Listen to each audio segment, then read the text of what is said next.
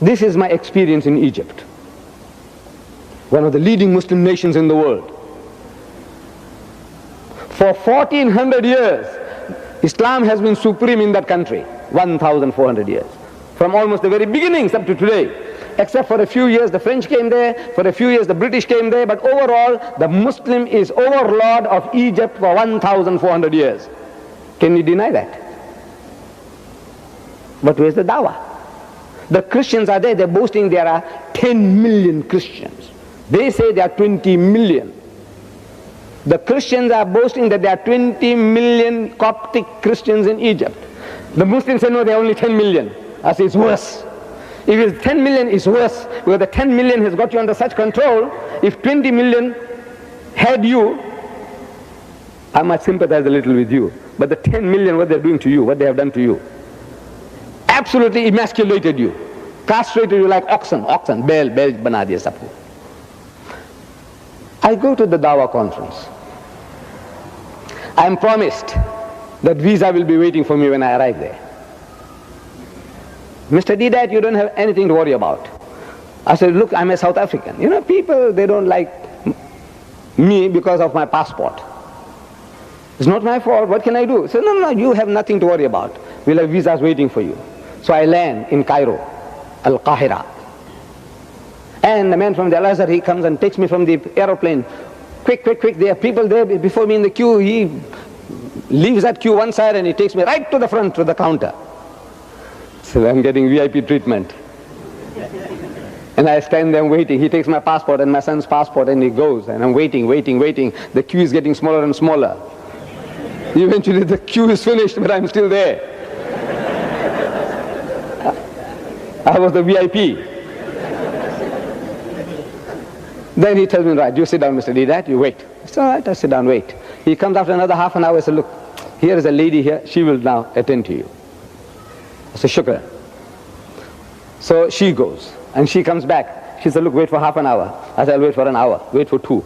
I have nothing else to do now. So she comes after an hour, this is $40. So for what? He says, visas. I said, I'm a guest of the government. He said, $40. 20 for your son, 20 for you. So I paid her $40. I gave her, she went and paid. Now, this was an Egyptian lady. Well-dressed, well-spoken, good English, but from her tongue I can make out that she is Egyptian. Means Arab. You know, the Arab accent is there. So when everything is done, I'm asking her in my own funny Arabic. I say, Ma ismuki. I hope I'm not murdering the language. Ma ismuki, what is your name? So she gives me a name which I can't remember. You see, something I never heard in my life before. See, the human mind, you need something to lean on to, pigeonhole with. You can't just, something from thin air, you hear something, it can't be retained. You have to pigeonhole somewhere. There's no pigeonhole for that word she told me. Then I'm asking her, Anta Muslima? She says, no, I'm a Christian. So I'm telling her, I says, you know, Jesus Christ, before he parted, look, this means our customer. A Muslim must be looking for opportunity for delivering the message. Anybody, everybody, anytime, every time. That's our primary duty. The primary duty of the Muslim is to deliver the message. Look for an excuse. And if you are looking for an opportunity, before one can say Jack Robbins, you got it. If that is what you want to do.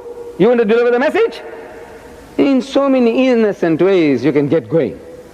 So I said, you know, Jesus Christ, before he parted, he said, knowing she is an Egyptian Christian woman, I quoted her from the Arabic Bible, which I had taken a little trouble to learn.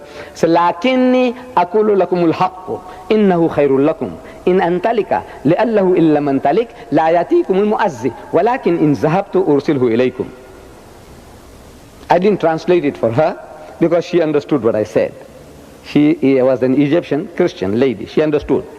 But for the benefit of my brethren who don't know Arabic, what I said was from the Gospel of St. John in the Christian Bible, chapter 16, verse 7, where it says, nevertheless I tell you the truth, Jesus says.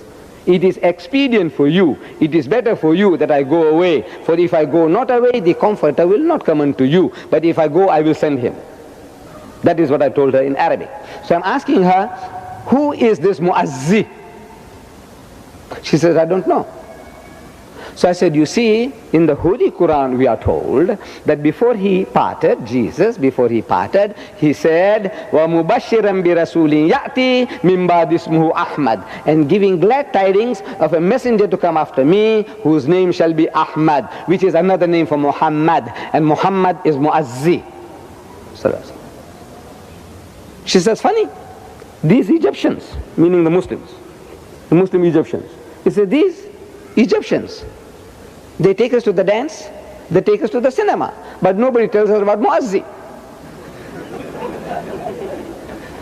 Look, before I can get out of the airport, she gives me a sledgehammer to beat my brethren. So as soon as I meet them, the elite, the educated class, in the hotels, 5-star hotel. I said, Akhi, look, I just met a lady, Egyptian lady, and this is what she told me. Is it true? So he said, yes. I meet another guy. I said, look, an Egyptian lady told me this at the airport. Is it true? He said, yes. You take them to the cinema, you take them to the dance, but you don't tell them anything about deen. Amazing.